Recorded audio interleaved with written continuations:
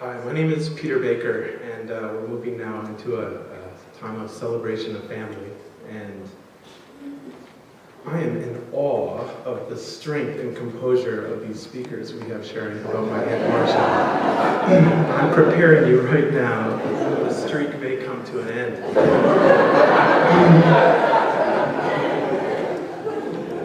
Amen, right? Uncle Rod, I blame you. That was an incredibly strong start. Thank you.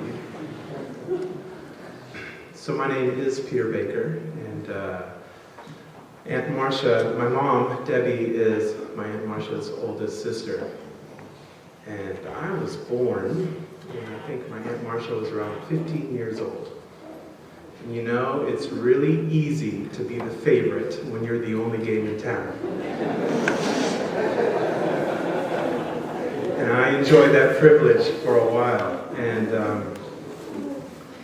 man, I just remember those early years and fun Aunt Marcia, right? That laugh, those winks, when she would wrestle us on the ground and tickle us. And whenever she came over, we always got to make double batch chocolate chip cookies. And boy, would she get frustrated with us when we would bail out early and she would be left to bake them all by herself. And anyway, yeah, it was remarkable. Oh, we love her so much.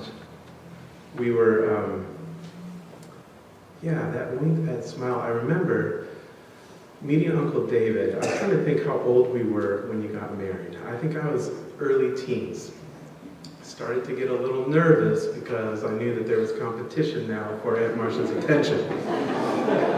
And I remember introducing myself to Uncle David and calling him Uncle something else. I couldn't even make eye contact with him, and my parents had to correct me and all that good stuff. But, you know, I was wrong. It wasn't Uncle David who was the competition. It was Hans.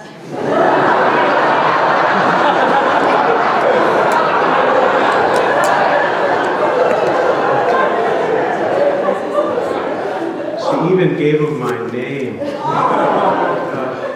No, I'm joking. Sort of.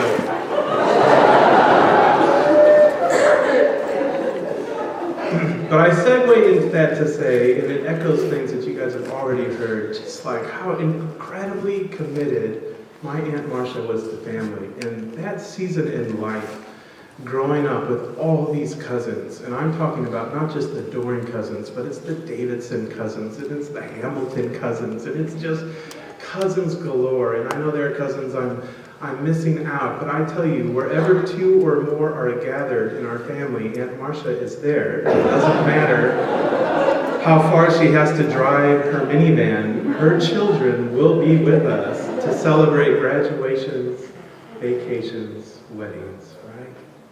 I mean, man, she was a driving force, and all of that practical, as you put it, feet on the ground. She made things happen, such a life of the party. And I remember as we got older and getting to know cousins, and Hans turned out to be all right, and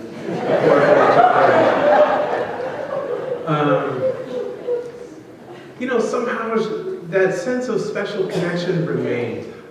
That smile, that wink. And I remember she would wink at me, and I would look at that wink, and I would think, I think that's instinctual. I don't think like she's doing that purposefully. But I would just look. I was like, maybe there is still that special connection. I'm pretty sure it was. And all my cousins know, right? All my cousins know here that she did share that very unique, special connection with only you and me, right? Just you and me. Man, she had a way of doing that. But I think it was in those years I also remembered as I was looking. I mean, I would do this, really kind of stare and try to figure that wink out.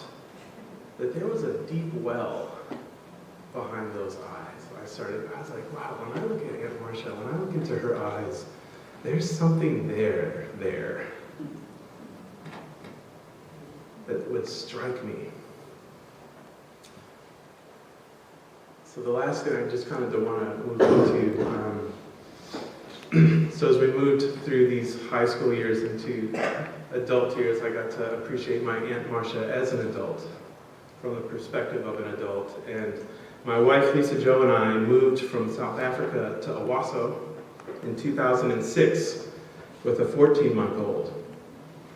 You know, we all have those seasons in life where things are rough.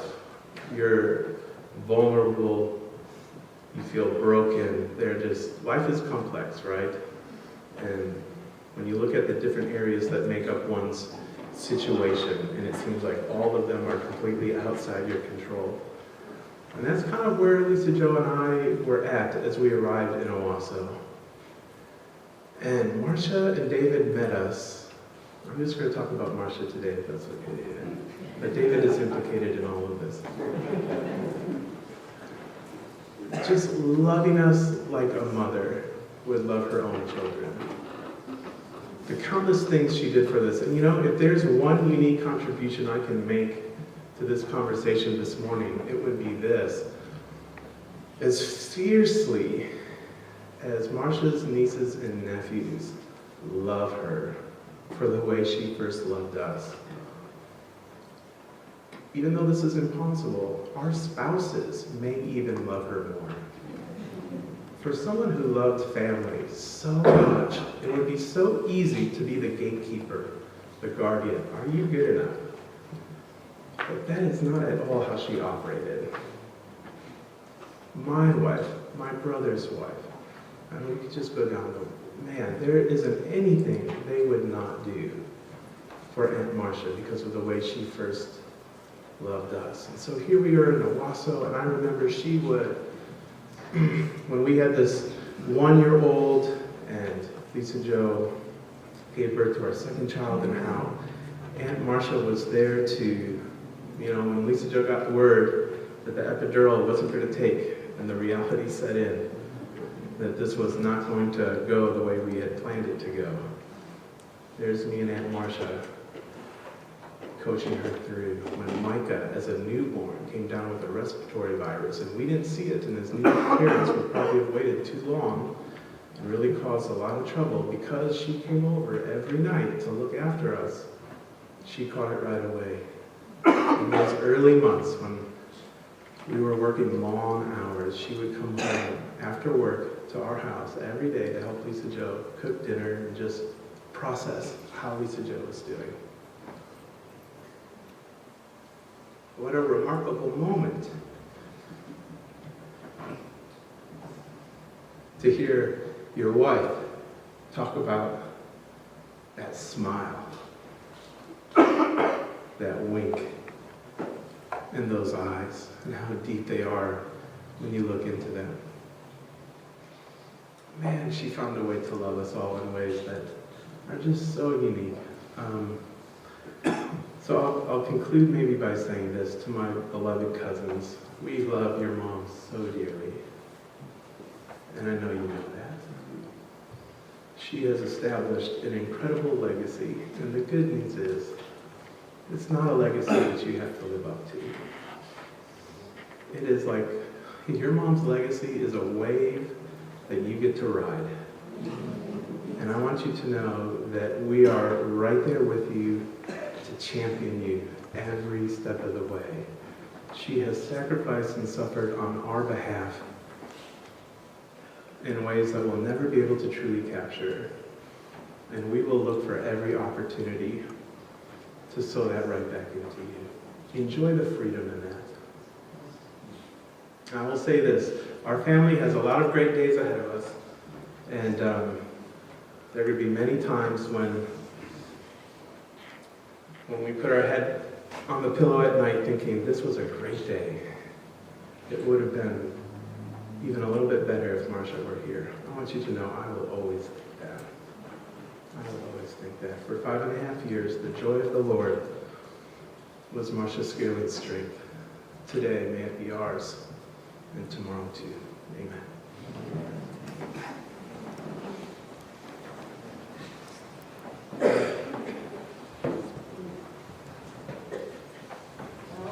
From the iPads and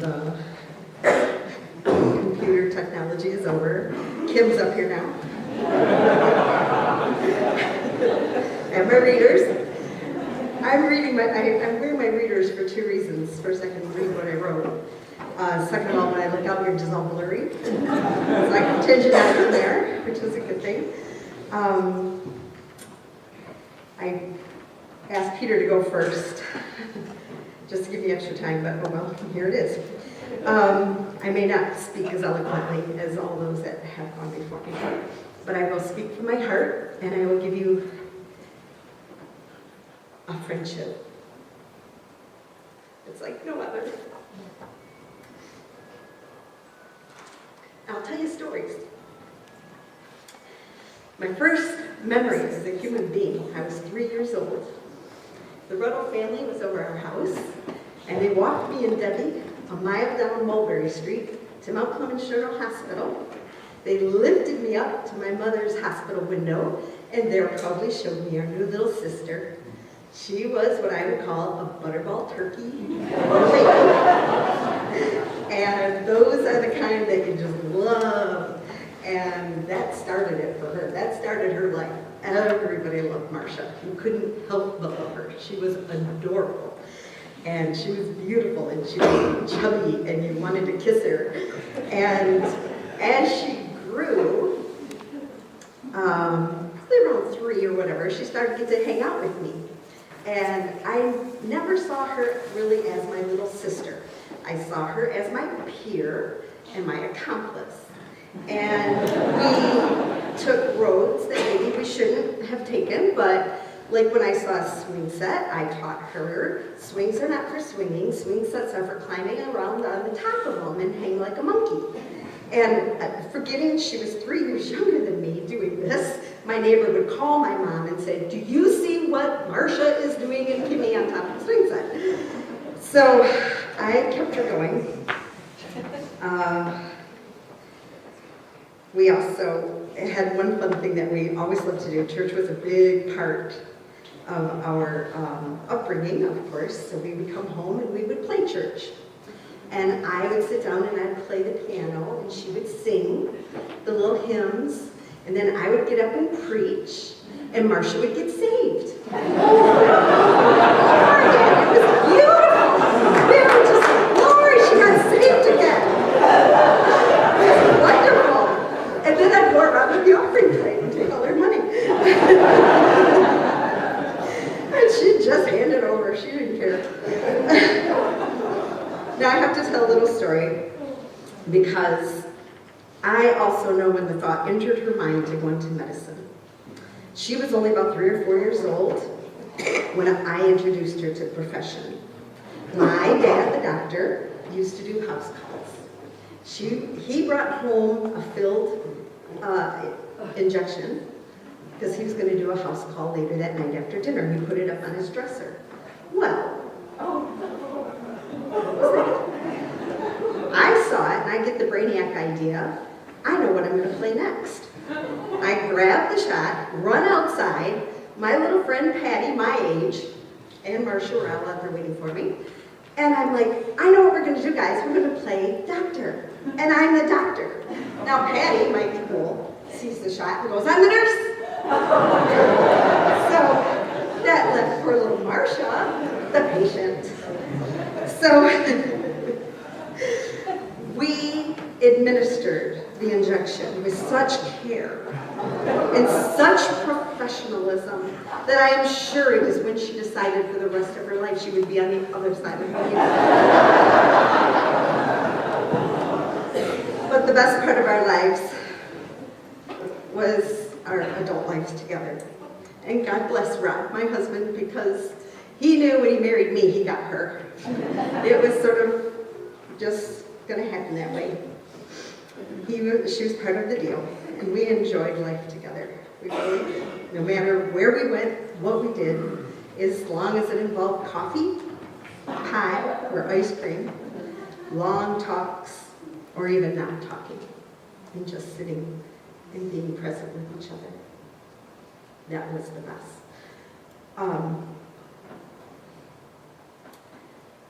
Two attributes that just ooze out of Marcia was, the first one would be generosity. I can't not talk about Marcia and talk about her generosity.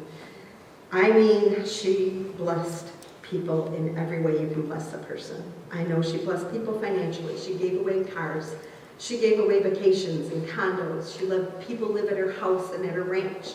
She took people into her home and hosted countless of dinners out, meals in, events, gatherings. She would take us to her closet because she loved to shop.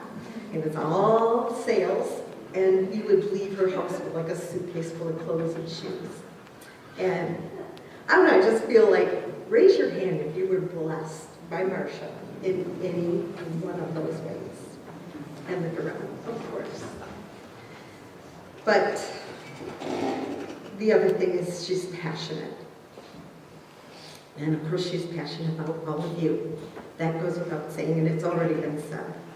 But she was passionate about MSU teams. Those basketball team members, they may not know it, but she's really their mom. And even if they were naughty team players, she would say, they're a little naughty, but they have a good heart, and then she'd go on and list other things about them that canceled out the naughtiness. Don't look at it, okay? But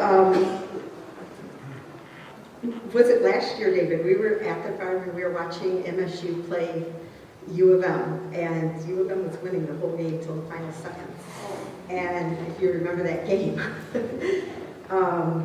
right at the end, MSU got the ball and took it in for a touchdown to win. All three of us jumped up, screamed, some of us not happy. And all of a sudden, me and David were like, what just happened? And all of a sudden we looked, and Marcia wasn't next to us. And she had jumped up and screamed so loud, she fainted on the floor. She wasn't next to us anymore. Oh, that's how passionate she was.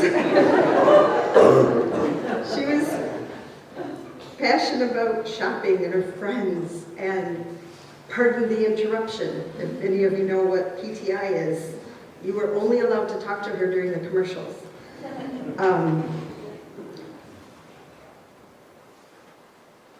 But she was passionate about her God most of all. Those were our good talks. And her relationship, I was just talking to somebody, and I just have to say it. You knew she loved you. She had a way of expressing love and saying it and making you believe it, because it was true. It came from her heart. And I just kept feeling John 12:24. And it says, I assure you and most solemnly say to you, unless a grain of wheat falls into the earth and dies, it remains alone. But if it dies, it produces much grain and yields a harvest. And I just feel and believe that Marcia has sown into everybody here and more.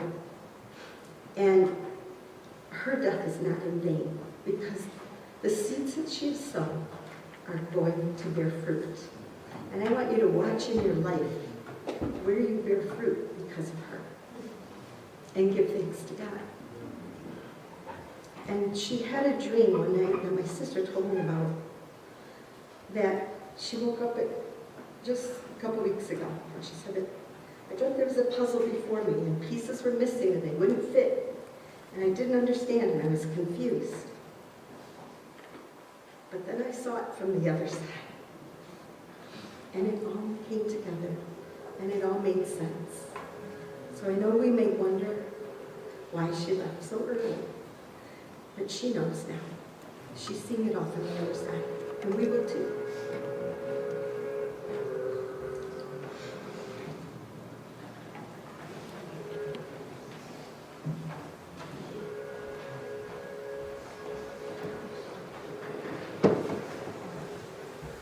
I'm bringing a box of Kleenexes here. This is going to be a rough one. Probably shouldn't have went so last. You guys stole all my materials, so appreciate that. That was October 17th, 2015 when she fainted. We'll get there.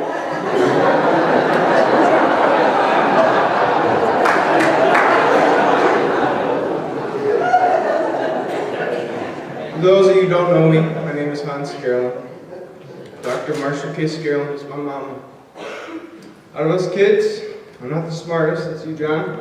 I'm definitely not the best looking, Cora. But Mom has loved me the longest. I guess that's just the perk of being the oldest.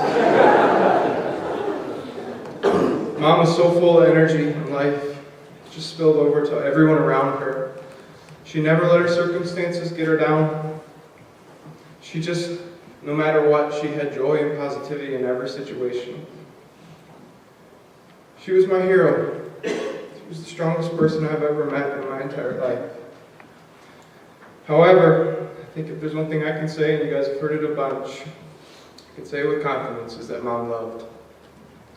More than anything else, she loved Jesus. Her relationship with God was the most intimate and important thing in her life. Her mornings, every morning, even the last few weeks when it was hard, she wanted to go out, she wanted her Bible, a cup of black coffee, she wanted to pray and look out over the river to look for bald eagles. And if she did see one, you were going to get a very blurry picture of it. Zoomed in as much as she could on her old iPhone. She would pray for her family, her friends, and her patients. She always taught us kids to put God first, and everything else would fall into place as a result. She showed us that having a relationship with God was more than religion. It was knowing that God hears us and loves us no matter what our circumstances might be. Even in the face of stage 4 cancer, she never faltered. If anything, her relationship strengthened in the face of adversity. Her love for Jesus grew more each day. Mom almost still left her family. Dad, you were her rock. You were her protector, her knight in shining armor, her moon sleep. Even though she wouldn't always drink her booze for you, or appreciate you taking her on ski runs outside her comfort level, you knew her limits better than she did. You knew when she was capable of more than she thought, and when you just needed to love on her and let it be. She loved you more than anything, and I want to thank you for the love and care you gave her. You loved her well. For us kids, we were her motivation. We were what she lived for. Not only was she our mom, but she was our best friend. Mom loved spending time with us. Whether it was visiting Cora in bed in Reading, for adventures in Whiskey Town, come to all of John's MSU band halftime shows. She had stage 4 cancer for the entire time John's been in college. 3 years. She's missed one band performance, and that was the last game. And she couldn't breathe, she couldn't do anything. There's no way she's going to make that game, so she made Dad tape it, and she watched it on his phone. Or quality time over dinner and a game at home with me and Jordan. She always told us she loved us more than life itself. Her love for her children is what she held on to in her toughest times. Over the last few weeks, Mom battled, and she really fought hard. There were times where she couldn't breathe, she couldn't eat, she couldn't sleep. She was miserable, though she was happy. She was really struggling. She would get confused and her memory would falter. There was one night, me and Jordan are sitting in there, it's like 3 a.m. Cora comes in to check on her. She says, "Who are you, young lady?" But no matter what, even in the last few weeks, all you had to do was lean over, give her a kiss on the head, say, "I love you, Mama." And every single time, even if she couldn't breathe, even if she couldn't see because her eyes were swollen shut, every time she'd reply, "I love you, son," or "I love you, daughter," or "I love you, Davy." Mom loved to be goofy. She was the cutest goofy person I've ever met. Like how she pronounced tortilla, and macchiato, macchiati. And how smart Mom was. I was like, "Mom, you know how to say that word, right? Oh, is it tortilla?" She was so goofy. She loved to dance no matter the situation. Retirement party, she wanted to dance out of the hospital. The fact that she would always come home from up north with the weirdest thing someone had convinced her to buy. If anyone is in need of a yak sweater or rainbow moon boots, come see me. On October 17, 2015, Mom literally fainted when U of M had trouble with the snap. She called the Michigan State basketball and football team her boys. She loved action movies, but only if she could watch them standing up from the kitchen. She couldn't sit down. She got too anxious. Mom was the queen of Talbots. Shopping in general, but Talbots was her favorite. Seriously, if you have stock in Talbots, I'd consider selling. But they lost their biggest customer. Like some of you have mentioned, she could not pass up a deal. It didn't matter if she had 6 of them or if our fridge was full. The manager special at BG's, we have all of it. So. Mom, you taught us how to love well. You showed us you should always make time for family no matter what, that every single person is important and deserving of love. You packed a lifetime of memories and happiness into your 56 years. You live fast, you live furiously, you live with love. I'm going to miss you so much, Mama, and know that I love you more than life itself.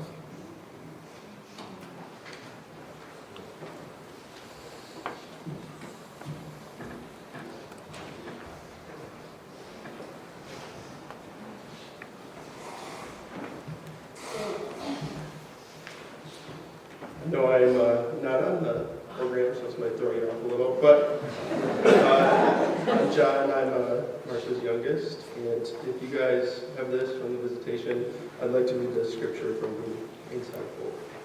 This is from Ephesians 3:14-20. So I kneel humbly in awe before the Father of our Lord Jesus, the Messiah, the perfect Father of every father, and child in heaven and on earth.